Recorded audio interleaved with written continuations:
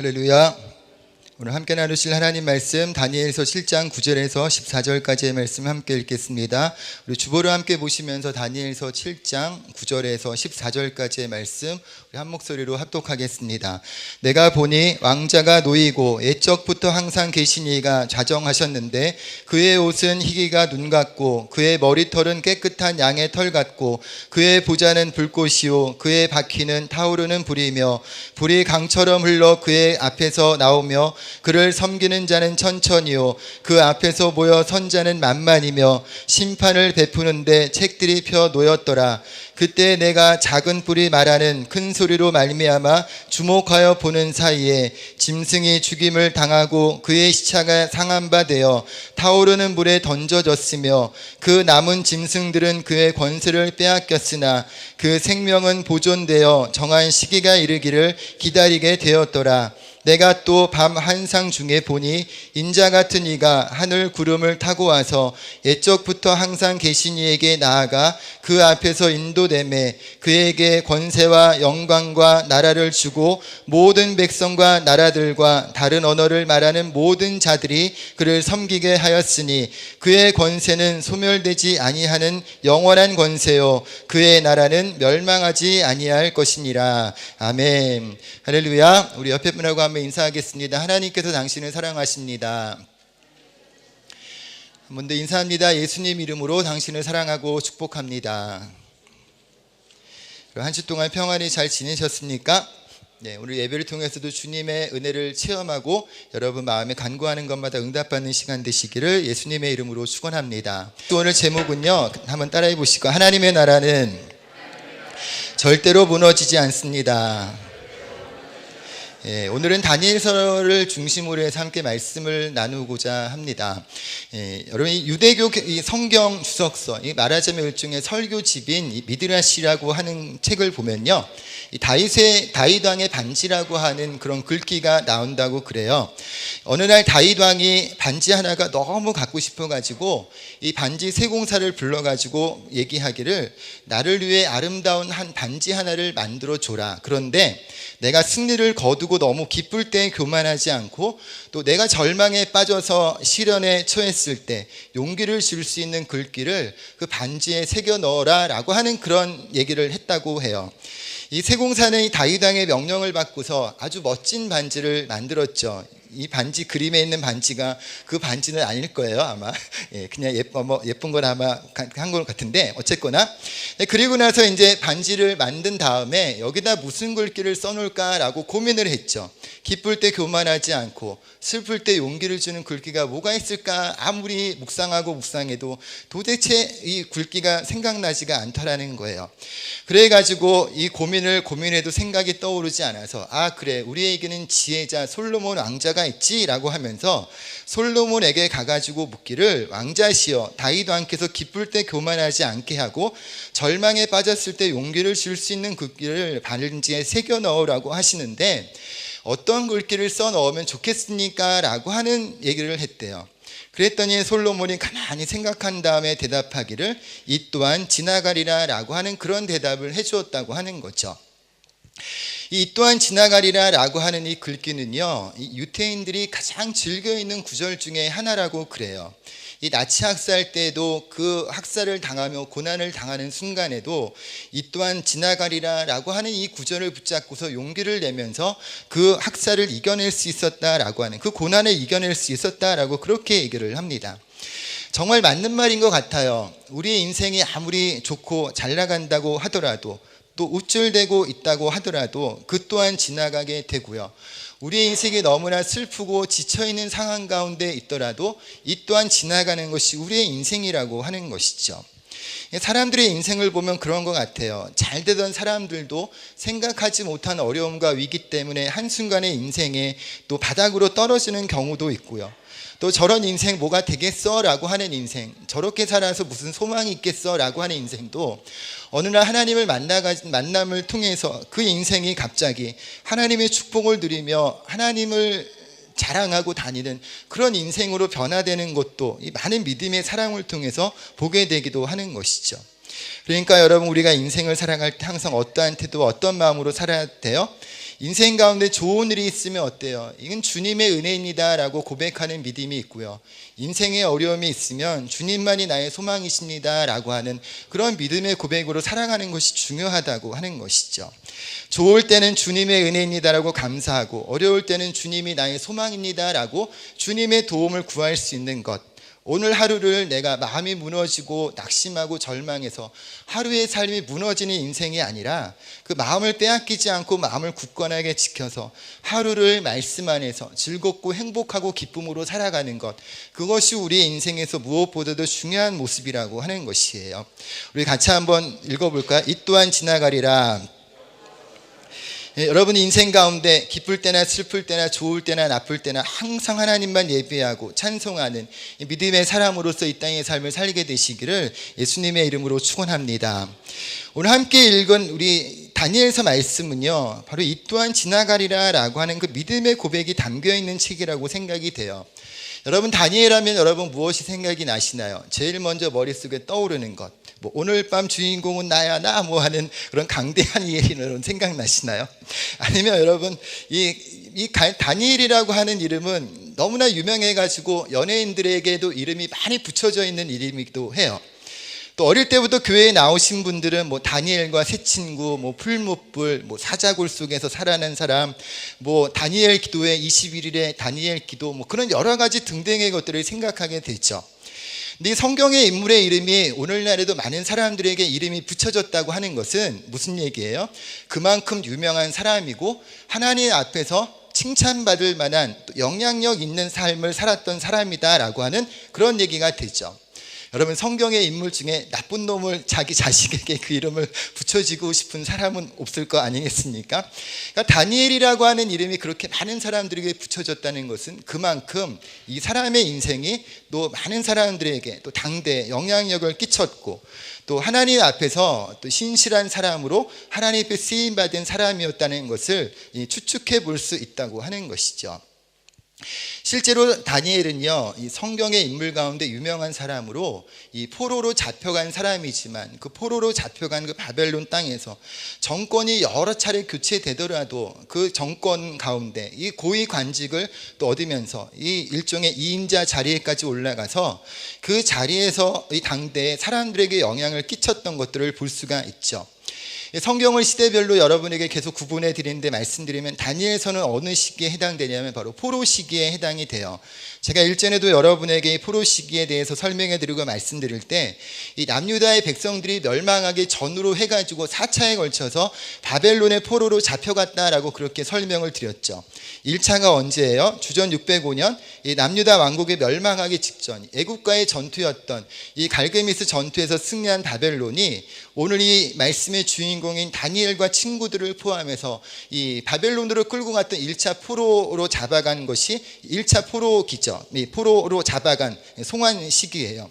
2차는 언제냐면 주전 597년 이 바벨론의 느부갓네살 왕의 침입을 해서 성전 기물을 약탈하고 당시 왕이었던 여호야킨 왕과 또 에스겔, 우리가 지난주에 보았던 에스겔, 그리고 왕실 관리들을 포함해서 약 10,000명을 포로로 잡아간 것이 2차 포로죠.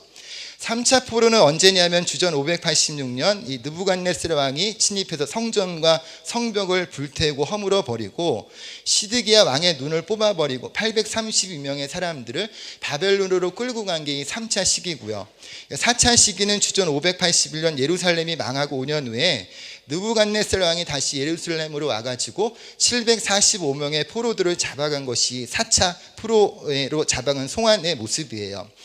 이처럼 이 4번의 4차에 걸쳐가지고 이 바벨론의 포로로 사람들을 잡아가는데, 이 다니엘은 1차로 남유다의 백성들을 잡아갈 때 잡혀갔던 10대 소년 가운데 한 명이었다고 하는 거죠.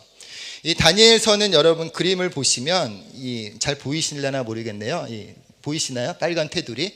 저기가 이제 이 주전 605년부터 주전 530년까지 활동했던 시기를 보이는데, 그 밑에 보시면 이제 에스겔이 바로 나오죠. 그러니까 다니엘은 1차 시기에 잡혀갔고 에스겔은 2차 시기에 잡혀간, 똑같이 포로기의 사람들의 선지자로서 잡혀간 이 남유다 백성들, 시리와 절망에 빠져있는 백성들에게 하나님의 소망의 메시지를 전하고 있는 사람들이 이 다니엘과 에스겔이라고 하는 선지자 사람들이죠.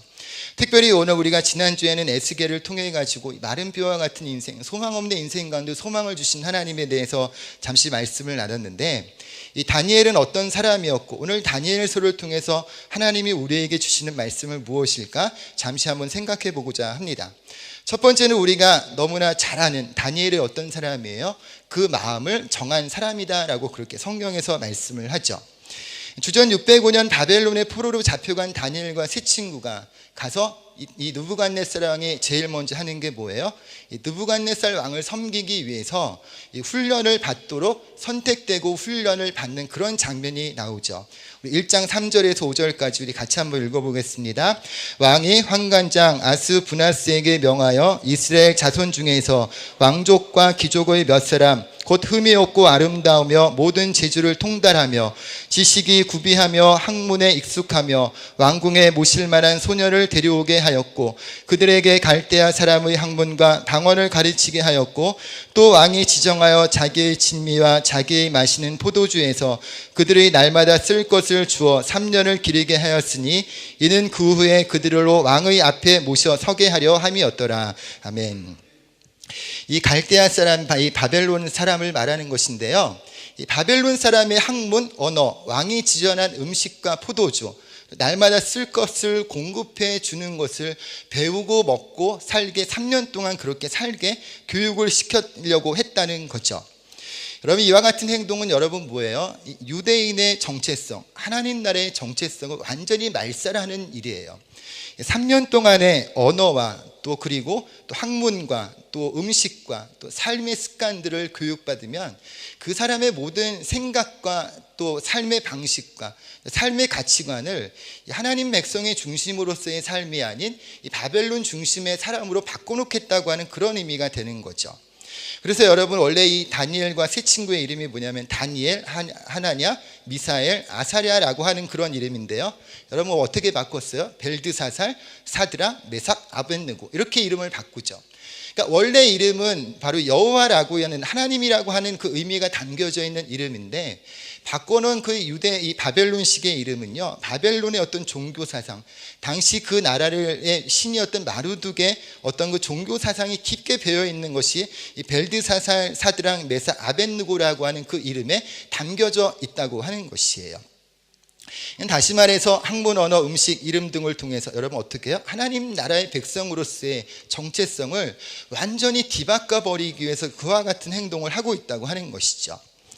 여러분, 최근에 방송됐던 미스터 션샤인이라는 드라마를 보셨나요? 예, 드라마 얘기하면 혼날지 모르겠지만, 뭐 다 보셔놓고 안 본 것처럼 이렇게 시침이 뚝 떼고 계시는 것 같은데, 이 미스터 션샤인이라고 하는 드라마는 뭐 시간에서 뭐 한 번에 볼 건 아니지만, 뭐 성경보다 더 많이 볼 건 아니지만, 그래도 좀 짬짬이 좀 봐도 뭔가를 의미를 좀 주는 것 같아서 좀 봐도 좋지 않을까 하는 생각도 조금 해보는데요.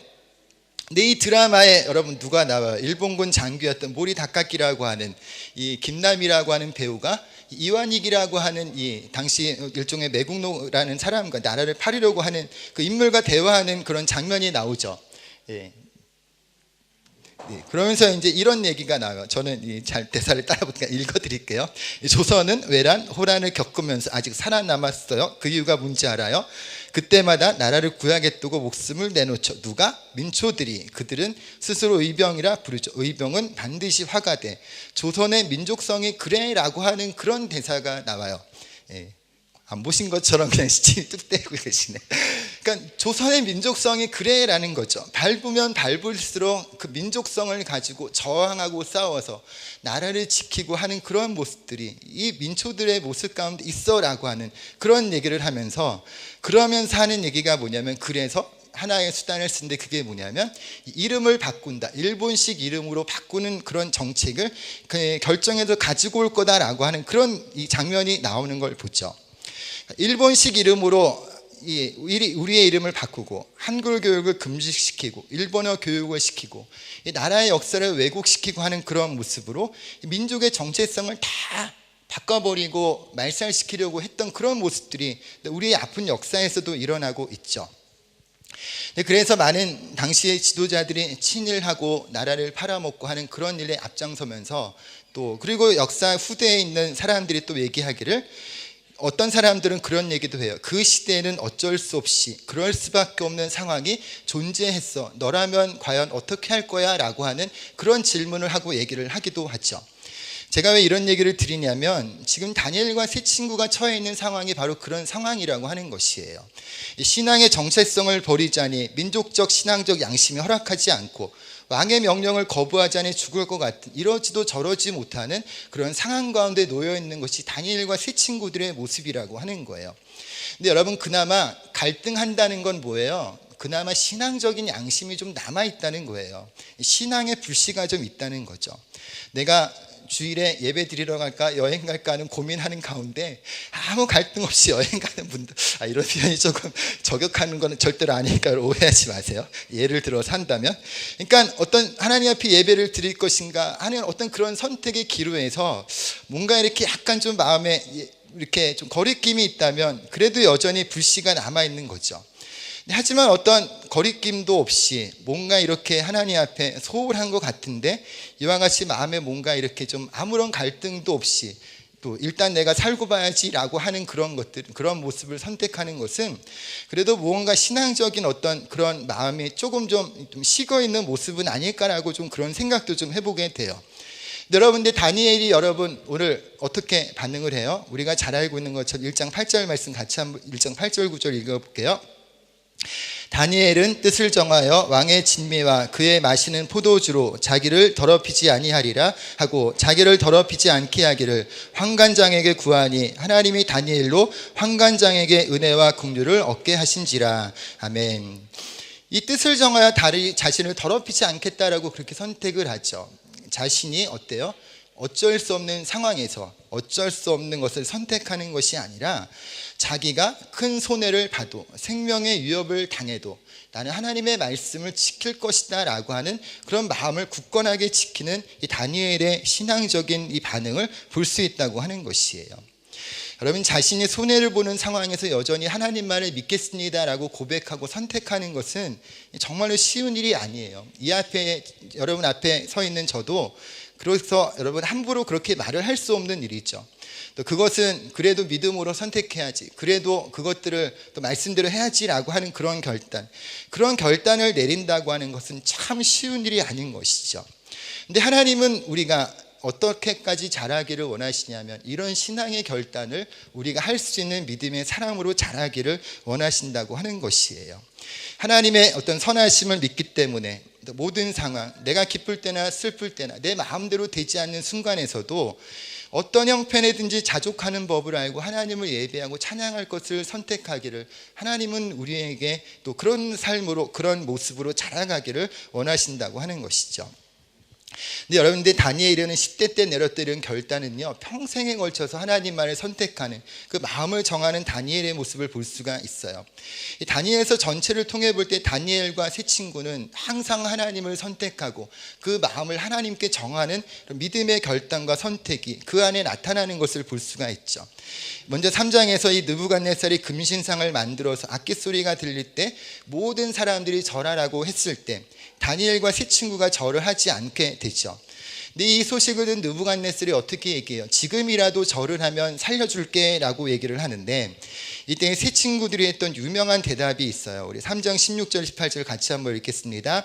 이 일에 대하여 왕에게 대답할 필요가 없나이다. 만일 그럴 것이면 왕이여, 우리가 섬기는 우리 하나님이 우리를 긍휼히 타는 풀무 가운데서 능히 건져내시겠고 왕의 손에서도 건져내시리이다. 그리 아니하실지라도 왕이여, 우리가 왕의 신들을 섬기지도 아니하고 왕의 세우신 근신상에게 절하지도 아니할 줄을 아옵소서. 바로 그리 아니하실지라도 신앙이 바로 이 모습에서 나오죠. 우리 한번 따라해 보실까요? 그리 아니하실지라도, 내가 원하는 대로 되지 않아도, 하나님이 나를 이 풀무불에서 생명을 건져주시지 않아도 나는 하나님만을 예배하고 믿겠습니다 라고 하는 그런 믿음의 고백을 세 친구들이 하고 있죠. 여러분, 저도 그렇지만 대부분은 어때요? 하나님 그리 안 하시면 나 안 해요. 하나님 그리 안 하시면 나 예배 안 해요. 나 하나님 안 섬겨요. 하는 어떤 그런 모습이 일반적이고 보통의 반응인 것 같아요. 그러니까 이들이 하고 있는 이런 그리 아니하실지라도 이 반응은요, 당장 목 앞에 눈앞에 칼을 들이대고 또 예수님을 부인해 할래 안 해라고 하는 그런 아주 그냥 절대절명의 그런 상황 가운데 앞에서 하나님을 선택하는 고백을 하고 있는 모습이죠. 6장에서도 그런 고백이 나와요. 이 메대 다리오 왕 시대 수석 총리가 됐을 때 모함을 받아서 이 어떤 죽음의 위협을 당하게 되는데 사자굴에 던져질 때도 바로 이 하나님 앞에 여전히 또 이 하루에 3번씩 예루살렘을 향해 기도하는 다니엘의 모습이 나오는데 이 왕의 명령을 지키지 않았다고 해서 다니엘이 사자굴에 던지게 되죠. 근데 6장의 말씀에 보면 하나님이 다니엘을 지켜주셔서 그의 몸이 조금도 상하지 않게 하여 주시는 그런 장면이 나와요.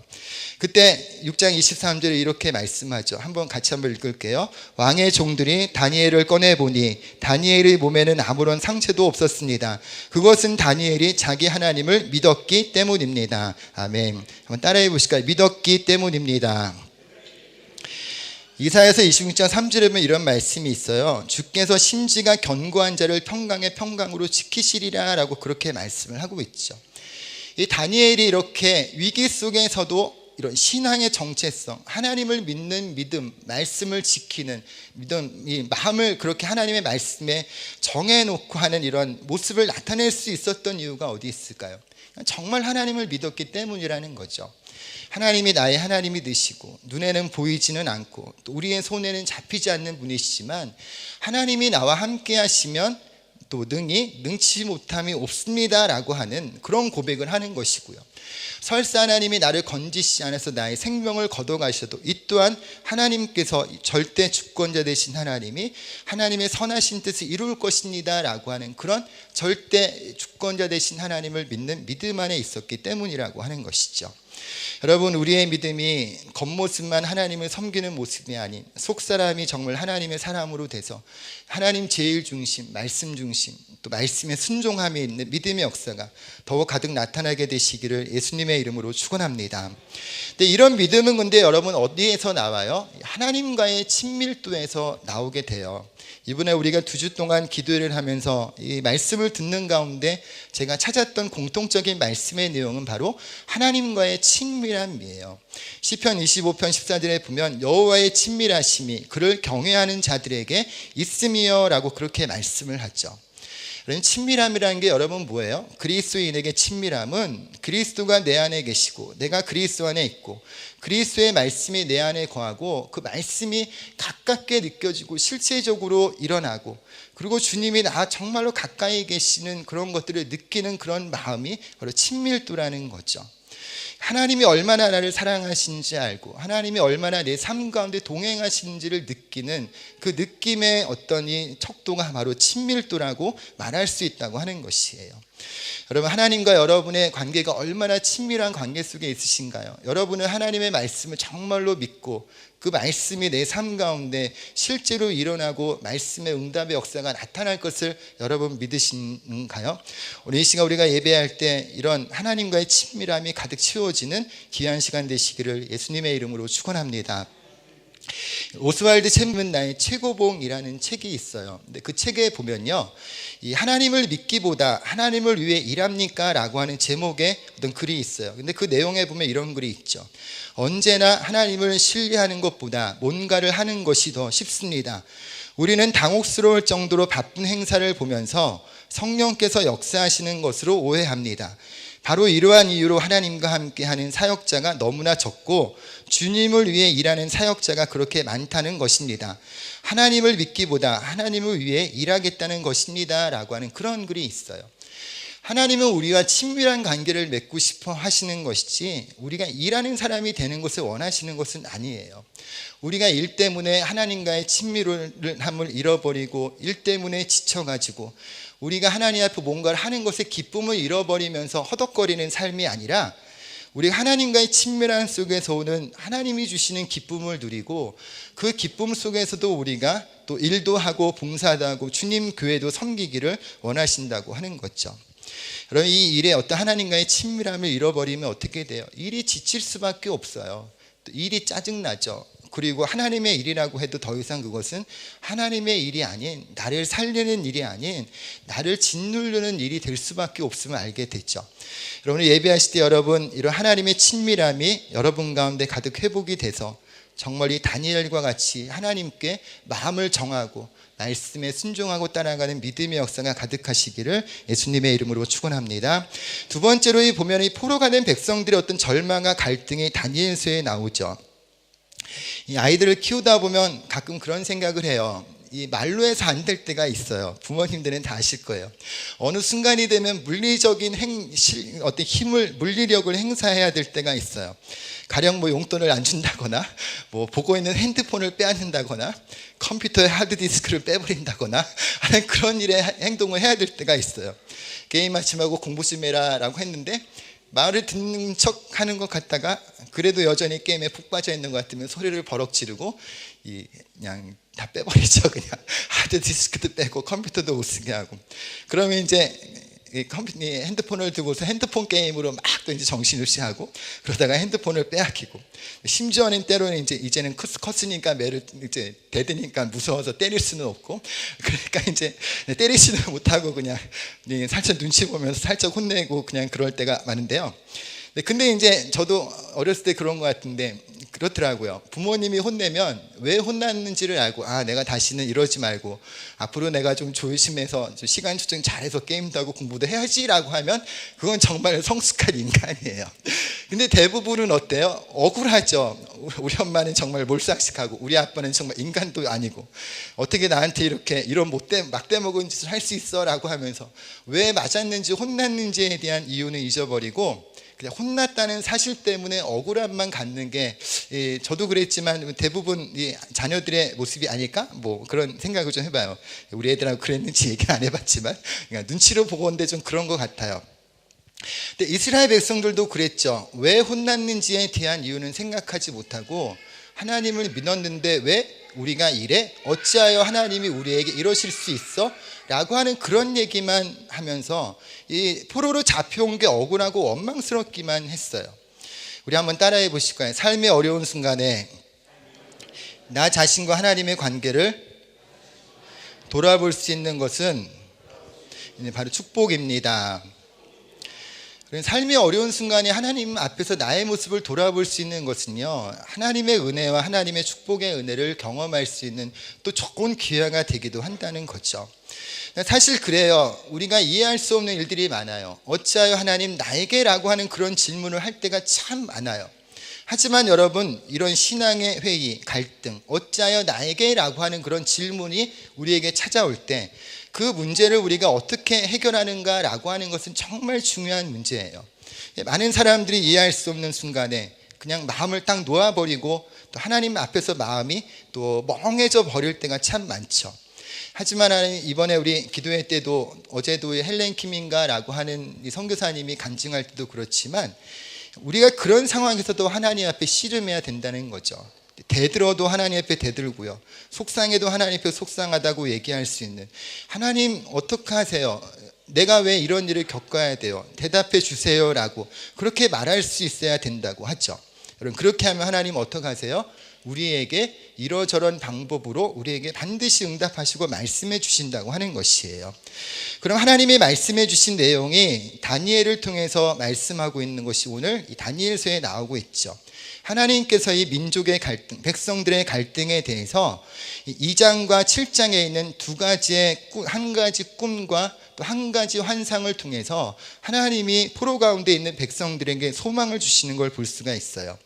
2장에 어떤 말씀이 나오냐면 느부갓네살 왕의 꿈을 꾸는 내용이 나오죠. 우리 31절부터 35절까지 같이 한번 읽겠습니다. 왕이여, 왕이 한 큰 신상을 보셨나이다. 그 신상이 왕의 앞에 섰는데 크고 광채가 매우 찬란하며 그 모양이 심히 두려우니 그 우상의 머리는 순금이요 가슴과 두 팔은 은이요 배와 넓적다리는 노시요 그 종아리는 철이요 그 발은 얼마의 철이요 얼마는 진흙이었나니 또 왕이 보신즉 손대지 아니한 돌이 나와서 신상의 철과 진흙의 발을 쳐서 부서뜨리매 그때 철과 진흙과 놋과 은과 금이 다 부서져 여름 타작마당의 겨같이 되어 바람에 불려간 곳이 없었고 우상을 친 돌은 태산을 이루어 온 세계에 가득하였나이다. 그림을 좀 보여주시면요, 이런 그림이죠. 이 왼쪽에 있는 게 지금 이 느부갓네살 왕의 꿈의 내용, 바로 2장에 있는 내용이에요. 바로 이 머리는 순금이고 가슴과 두 팔은 은이고 배와 넓적다리는 노스로 되어 있고 종아리는 쇠로 되어 있고 이 발의 일부분은 쇠이고 일부분은 흙으로 되어 있는 어떤 신상을 보게 된 거죠. 근데 여러분들 계속해서 말씀을 읽으면 어떤 말씀이 나냐면, 손으로 되지 않은 돌이 하나 날라와 가지고 신상의 쇠와 진흙의 발을 쳐서 부서뜨리는데, 그때 이 쇠와 진흙과 녹관과 금이 다 부서져서 여름 타작마당에 겨같이 되어 바람에 불려서 흔적도 없이 사라지게 되는 그런 꿈을 느부갓네살 왕이 꾸게 된 거예요. 그리고 이 신상을 다 깨뜨려 버린 돌이 태산을 이루어서 온 세계에 가득한 그런 꿈을 꾸게 되죠. 이 다니엘이 꿈을 해석하기를 어떻게 해석하냐면요, 이 순금은 바벨론, 또 가슴과 두 팔은 팔의 은은 메대와 바사왕국, 또 배와 넓적다리의 놋은 그리스, 종아리의 철과 진흙은 로마를 상징한다는 거죠.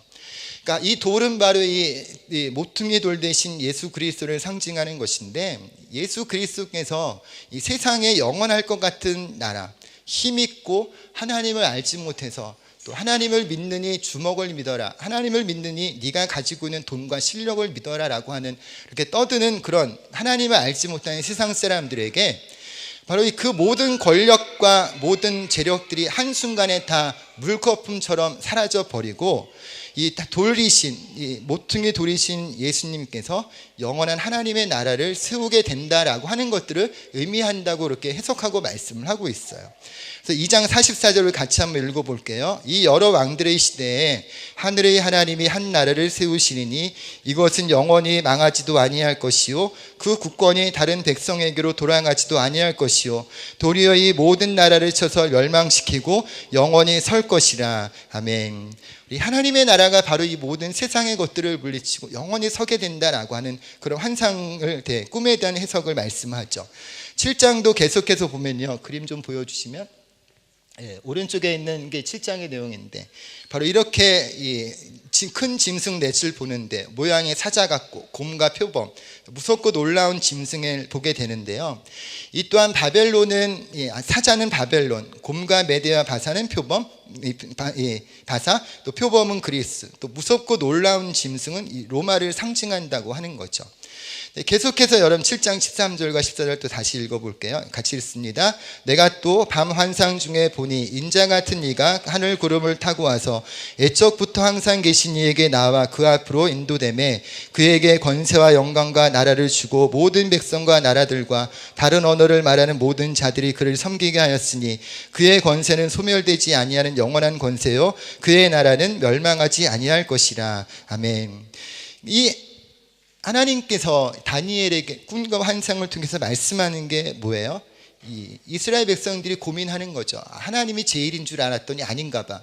하나님이 가장 힘 있는 분인 줄 알았더니 아닌가 봐. 우리가 이렇게 포로로 잡혀와 있는 거 보면 바벨론이 섬기는 마루득이 더 큰 신인가 봐 라고 하는 그런 의심과 갈등을 하고 있을 때, 이 다니엘의 환상을 통해서 바로 예수 그리스도를 통해서 세상의 모든 것들은 한낱 풀과 같은 것이고 사라지고 없어지는 것이지만 예수 그리스도가 다스리시는 하나님의 나라는 영원히 세워지고, 지금은 무너지는 것 같은 하나님의 나라지만 하나님의 나라는 절대로 무너지지 않는다라고 하는 그런 소망을 다니엘의 환상을 통해서 우리에게 심어주고 있다고 하는 것이죠. 그래서 믿음 안에서 하나님을 끝까지 믿으며 지키는 사람들에게 어떤 은혜가 있냐면 7장 18절 읽을게요. 지극히 높으신 이의 성도들이 나라를 얻으리니 그 누림이 영원하고 영원하고 영원하리라. 아멘. 바로 하나님을 끝까지 믿고 의지하는 사람은 이런 영원한 하나님 나라의 백성으로서 살게 하실 것임을 약속을 하고 있죠. 초대교회 성도들도 바로 이런 소망을 가지고 살았어요. 많은 핍박이 있고 또 고난을 당하면서 예수님을 믿는 게 정말 잘한 짓인가 라고 하는 그런 의심을 그들이 끝없이 수도 없이 많이 가졌죠. 근데 그들이 이런 핍박과 환난 가운데서도 그들의 믿음을 지킬 수 있었던 이유는 다시 오실 예수님, 그 다시 오신 예수님이 세우실 하나님의 나라를 소망했기 때문이라고 하는 거예요. 우리가 잘 알고 있는 말씀인데 우리 데살로니가전서 4장 13절에서 18절 말씀 한번 읽을게요. 형제들아, 자는 자들에 관하여는 너희가 알지 못함을 우리가 원하지 아니하노니 이는 소망 없는 다른 이와 같이 슬퍼하지 않게 하려 함이라. 우리가 예수께서 죽으셨다가 다시 살아나심을 믿을진대 이와 같이 예수 안에서 자는 자들도 하나님이 그와 함께 데리고 오시리라. 우리가 주의 말씀으로 너희에게 이것을 말하노니 주께서 강림하실 때까지 우리 살아남아 있는 자도 자는 자보다 결코 앞서지 못하리라.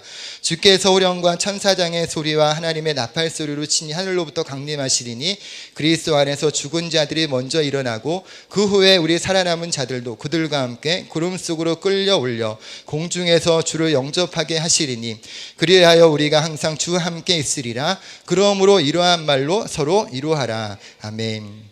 이런 소망, 주님이 다시 오셔서 세우실 그 나라에 우리가 함께 살 것에 대한 소망을 가지고 핍박과 환난 속에 고난 속에서 힘들어하는 사람들을 서로 소망 안에서 위로하라라고 그렇게 말씀을 하죠. 근데 이렇게 하나님이 예수 그리스도께서 이 땅에 다시 오셔서 세우신 하나님의 나라의 모습이 어떤 것인지 나오는 게 요한계시록 21장 1절과 8절에 나오죠. 우리 한 번만 더 읽겠습니다. 하나님이 또 내가 새 하늘과 새 땅을 보니 처음 하늘과 처음 땅이 없어졌고 바다도 다시 있지 않더라. 또 내가 보매 거룩한 성 새 예루살렘이 하나님께로부터 하늘에서 내려오니 그 준비한 것이 신부가 남편을 위하여 단장한 것 같더라. 내가 들으니 보좌에서 큰 음성이 나서 이르되 보라, 하나님의 장막이 사람들과 함께 있음에 하나님이 그들과 함께 계시리니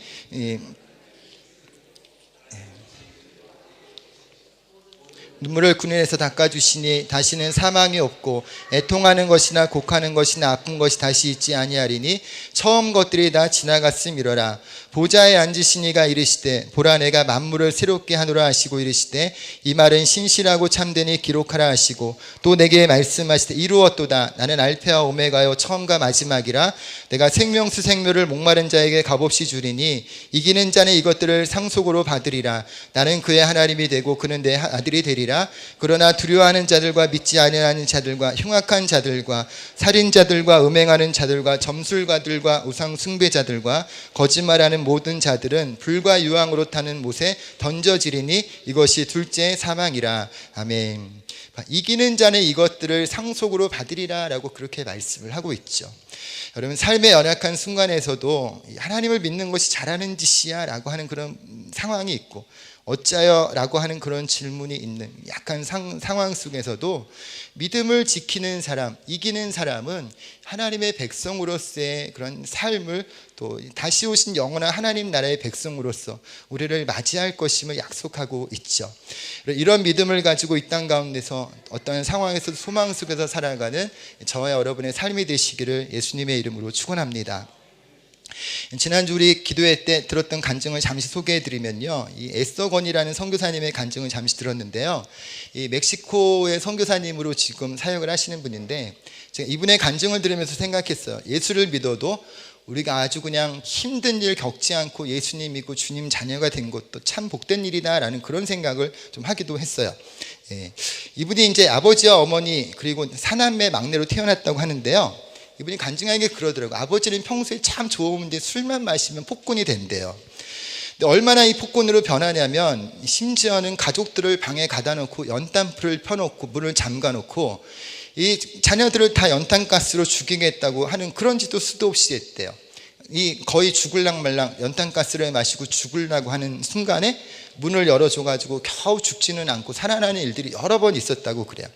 근데 어느 날 이 아버지가 술을 마시고 자기 성질에 못 이겨가지고 방에서 스스로 목매달아 이제 죽는 그런 것을 이제 보게 되는데, 이분이 아버지가 너무나 무섭고 고통스러우니까 그런 얘기를 하더라고요. 아버지가 죽는 날 자기는 너무 좋았대요. 아, 이제 아버지로부터 해방됐구나 라고 하면서 너무 좋았대요.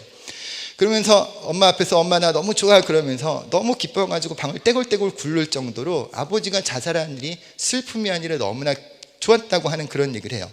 그런데 얼마 있다가 집안의 효자였던 또 자랑거리였던 둘째 오빠가 여행 간다고 갔는데 며칠 있다가 경찰에서 또 연락 오기를 산에서 운동화 끈에 목매달아 죽은 청년 하나가 있는데 당신의 집 주소가 나온다고 와서 확인해 보라고 하는 그런 얘기를 하더래요. 중간 또 다 자르고 또 얼마 있다가 첫째 오빠도 얼마 있다가 또 자살을 하는 그런 아픔을 겪는 거예요. 여러분 생각해 보세요. 한 가족의 아버지로부터 시작해서 정말 사랑하는 오빠들 둘이 자살하는 그런 일을 겪고 봤을 때 그 어린 나이에 그런 것들을 경험하는 게 인생에 얼마나 큰 트라우마, 상처가 될까요? 근데 이분이 그런 얘기를 해요. 하나님을 믿지도 않아 놓고 하나님을 알지도 못하고 예수도 모르지만 그냥 들은 풍어론이 있어서 하나님에 대해서 원망하고, 하나님 당신이 살아있다면 우리한테 이럴 수는 없어, 하나님 예수가 정말로 있다면 우리에겐 이럴 수가 없다라고 하는 그런 삿대질을 하면서 막 소리쳤대요. 그러다가 이런 자살의 어떤 것들이 가정 가운데 있으니까 이분도 이제 어느 순간에 자살의 충동을 받아가지고 여러 차례 자살 시도를 하다가 결국은 이분도 이제 자살을 시도해서 거의 죽음의 목전까지 이르게 되는데, 그 죽음 끝자락에서 무언가를 무엇을 보는데 어떤 지옥의 모습을 보았다고 합니다. 지옥에서 목매달아 자살한 그 모습 그대로 숨을 못 쉬고 고통스러워하고 있는 그 작은 오빠의 모습을 죽음의 끝자락에서 이제 이 영적인 눈이라고 그러죠. 지옥문이 열려서 그것을 보게 되고, 그 지옥문에서 예수님께서 나타나셔서 자기를 건져주시는 그런 실제적인 경험을 체험을 하게 되었어요. 그 이후고 난 다음에 이분이 이제 하나님께 자신의 삶을 드리겠다고 작정하고, 또 막내 오빠도 목사가 돼서 지금 이 멕시코에서 함께 선교사로 교회를 섬기고 있다고 하는데요. 제가 좀 중간에 다 잘라 먹어서 그런데 여러분 혹시 이번에 했던 기도의 영상 필요하시면 제가 여러분에게 DVD로 구워서 드릴게 말씀해 주시면 또 안에 나눠드리도록 할게요. 한번 들어보시면 굉장히 많은 은혜가 되실 거라고 생각이 돼요. 근데 이분을 보면서 그런 생각했어요. 자살만 생각하는, 또 가족들이 자살하고 자기도 자살의 영에 휩싸여서 실제로 자살을 시도하고 완전히 망가져 있는 인생이고 사람들이 아무런 가능성이 없다라고 하는 그 인생이 그 죽음의 끝자락, 지옥의 끝자락에서 바로 예수 그리스도를 만남을 통해서 인생이 달라지고 또 하나님 나라를 증거하는 하나님 백성으로의 삶으로 달라지는 그런 모습을 보면서 하나님 손에 붙잡혀 있는 인생, 하나님께서 책임져 주시는 인생은 그 어떠한 상황에서도 무너지지 않는구나 라고 하는 그런 생각을 했습니다. 여러분, 원수는 하는 일이 뭐예요? 우리를 무너뜨리는 일이에요. 교회를 무너뜨리고요, 우리의 마음의 중심을 흐트러뜨려서 우리를 쓰러뜨리는 게 원수가 하는 일이죠. 기독교 역사도 그래요. 핍박과 환난으로 하나님의 나라를 무너뜨리려고 했던 것이 기독교 역사예요. 근데 하나님의 나라는 지금도 그렇지만 여전히 무너지지 않고요, 하나님의 손에 붙잡혀 있는 우리들의 인생은 지금은 망가져 있어, 사람들이 소망이 없어라고 말할지 모르지만 우리의 인생은 절대로 망가지지 않는다고 하는 것이죠. 하나님을 신뢰하고 믿는 믿음의 사람들, 하나님이 지키시고 또 대적들을 물리치고 승리하게 하시는 그런 은혜를 누리는 사람들, 그 사람들은 절대로 망가지지 않고요, 우리 자신이 바로 하나님의 나라이기 때문에 하나님의 나라인 우리들은 절대로 망가지지 않는다고 하는 것이죠. 그러면 하나님의 나라 안에서 영원히 함께 하시는 소망 안에서 믿음의 승리 역사를 이루는 저 여러분 되시기를 예수님의 이름으로 축원합니다. 여러분, 우리가 인생의 사소하고 작은 문제 때문에 낙심하고 있을 시간이 사실은 별로 없어요. 요한계시록 22장 20절 이렇게 말씀하죠. 우리 한번 따라해 볼까요? 아멘. 주 예수여 오시옵소서. 주님 다시 오심을 기다리면서 사는 것이 우리들의 인생이죠. 여러분의 믿음의 고백이요, 이 인생의 사소하고 사소할 수도라고 표현하는 건 좀 죄송한 표현인데, 이 인생의 작은 문제 앞에서 낙심하고 주저앉는 인생이 아니라 다시 오실 주님을 기대하면서 하루하루를 소망 가운데 또 하나님 나라를 세워가고 천국을 경험하고 하나님의 축복을 흘려보내는 믿음의 역사가 저와 여러분의 삶 가운데 가득하시고, 특별히 오늘 예배하며 간구하는 것 가운데 주님 응답하심을 통해 더욱더 주님을 경험하고 찬양하는 믿음의 사람들 되시기를 예수님의 이름으로 축원합니다. 잠시 한번 기도하겠습니다. 좋으신 하나님, 연약한 종 준비된 말씀 또 정신없이 또 전한 것 같고 읽은 것 같지만 하나님 말씀 가운데서 하나님이 주시는 음성을 또 한 가지라도 들을 수 있도록 주님 도와주옵소서. 다니엘이 하나님 하나님의 말씀의 뜻을 정했듯이 우리도 하나님과 친밀한 관계 속에 마음을 정하고 뜻을 정하고 시간을 정해서 하나님을 먼저 예배하고 주님께 시간을 드리는 믿음의 사람들 되게 하여 주옵소서. 인생 가운데 어찌하여 나에게라고 하는 그런 한탄의 마음이 있을 때 하나님 그것들로 인해 마음이 무너지지 않게 하시고 하나님 앞으로 가지고 나와 씨름하는 믿음의 사람들 되게 하여 주옵소서. 그러할 때 하나님 응답하실 때 오늘 느부갓네살 왕의 꿈과 다니엘의 환상을 통해서 하나님의 나라는 영원히 무너지지 않을 것이다 라고 하는 약속의 말씀을 주셨던 것처럼 우리도 이 땅 가운데 다시 오실 예수님을 기대하며 소망 안에서 하루하루를 기쁨과 또 믿음과 말씀 안에서 승리하는 믿음의 삶, 믿음의 사람들이 더욱더 될 수 있도록 주님 은혜를 더하여 주옵소서. 아멘. 주 예수여 다시 옵소서 라고 고백하는 또 주 주님을 준비하는 믿음의 삶 되게 하여 주옵소서. 오늘 이 시간 우리가 간구하는 모든 것 가운데 주님 들으시고 응답하시기 원하올 때 예수님의 이름으로 기도드립니다. 아멘.